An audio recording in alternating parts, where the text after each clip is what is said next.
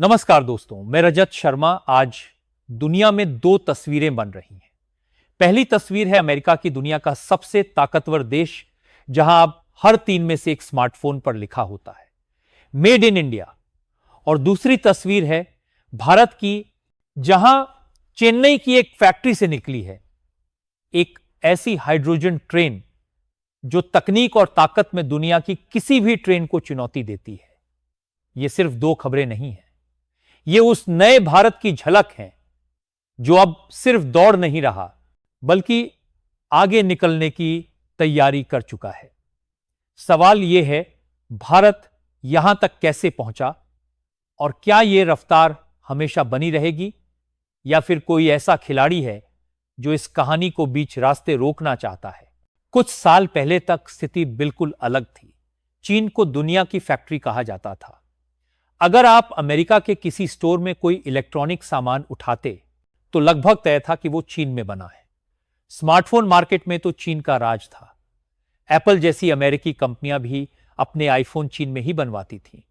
एक समय ऐसा था जब अमेरिका में बिकने वाले 100 में से लगभग 82 स्मार्टफोन चीन से आते थे। ये 82% का मार्केट शेयर एक ऐसी दीवार थी जिसे तोड़ना असंभव माना जाता था। लेकिन धीरे धीरे भारत ने खेल बदलना शुरू किया। बिना शोर किए, बिना बड़े बड़े दावे किए भारत ने अपनी बिसात बिछाई। सरकार ने अंतर्राष्ट्रीय कंपनियों को आमंत्रित किया, मैन्युफैक्चरिंग के लिए बेहतर इंफ्रास्ट्रक्चर दिया और ऐसे पॉलिसी सुधार किए जिससे फैक्ट्रियां लगना शुरू हो गई। और नतीजा, आज चीन का वही 82% शेयर गिरकर लगभग 39% रह गया है, जबकि भारत का हिस्सा 0 से बढ़कर 36% तक पहुंच गया है। यानी अब अमेरिका में बिकने वाले हर 3 में से एक स्मार्टफोन भारत में बना है। यह बदलाव सिर्फ असेंबली तक सीमित नहीं है। पहले फोन के पार्ट्स बाहर से आते थे और भारत में बस उन्हें जोड़ा जाता था, लेकिन अब कैमरा मॉड्यूल, बैटरी, डिस्प्ले तक भारत में बनने लगे हैं। टाटा जैसी भारतीय कंपनियां ग्लोबल सप्लाई चेन का हिस्सा बन रही हैं। इसका असली मतलब यह है कि लाखों युवाओं को न केवल नौकरियां मिल रही हैं, बल्कि वो टेक्निकल स्किल सीख रहे हैं जो भारत को अगले दशकों तक तकनीकी रूप से आत्मनिर्भर बनाएगी। आज हाल यह है कि अमेरिका को भारत सबसे ज्यादा क्या एक्सपोर्ट कर रहा है? चावल, मसाले, ज्वेलरी? नहीं, आज भारत का नंबर 1 एक्सपोर्ट है स्मार्टफोन। यह $10 बिलियन का बिजनेस है जिसने देश की अर्थव्यवस्था को नई ताकत दी है। और यह तो बस शुरुआत है। यूनाइटेड किंगडम के साथ फ्री ट्रेड एग्रीमेंट साइन हो चुका है और जिस दिन अमेरिका के साथ भी ऐसी डील हो गई, भारत का मैन्युफैक्चरिंग स्केल दुनिया को चौंका देगा। लेकिन हर कहानी में एक विलेन होता है। यहां वो विलेन है अमेरिका के डोनाल्ड ट्रंप।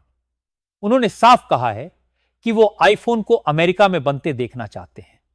अगर एप्पल भारत में फोन बनाकर अमेरिका में बेचेगा तो वो 25% का भारी टैरिफ लगा देंगे। ये टैक्स भारत में बने फोन को इतना महंगा कर देगा कि उनका वहां बेचना मुश्किल हो जाएगा। यह भारत की मैन्युफैक्चरिंग ग्रोथ पर सीधा वार है। एप्पल भी इस खींचतान में फंसा है। एक तरफ ट्रंप की धमकी है, दूसरी तरफ भारत का नियम कि 2028 तक एप्पल को अपने कम से कम 30% पार्ट्स भारत में ही बनाने होंगे। यानी भारत अब सिर्फ असेंबली हब नहीं रहेगा, बल्कि असली मैन्युफैक्चरिंग सेंटर बनेगा। सवाल यह है, एप्पल किसे चुनेगा? ट्रंप की पॉलिसी या भारत का बढ़ता बाजार और उसका भविष्य? पर भारत सिर्फ स्मार्टफोन पर ही निर्भर नहीं है। देश दूसरी दिशा में भी बड़ी छलांग लगा रहा है। चेन्नई की इंटीग्रल कोच फैक्ट्री ने एक ऐसी हाइड्रोजन ट्रेन तैयार की है जो यूरोप की हाइड्रोजन ट्रेनों से दोगुनी ताकतवर है। जहां यूरोपियन ट्रेनें 500-600 हॉर्स पावर की हैं, वहीं भारत का मॉडल है 1200 हॉर्स पावर का। यह सिर्फ पटरियों पर दौड़ती एक ट्रेन नहीं है, यह भविष्य की उस तकनीक का प्रतीक है जो पूरी तरह प्रदूषण मुक्त है। इस ट्रेन का इंजन हाइड्रोजन गैस से चलता है। हाइड्रोजन हवा के ऑक्सीजन से मिलकर फ्यूल सेल में बिजली बनाती है, जिससे इंजन चलता है और इस प्रक्रिया में निकलता है सिर्फ पानी का वाष्प, शून्य प्रदूषण।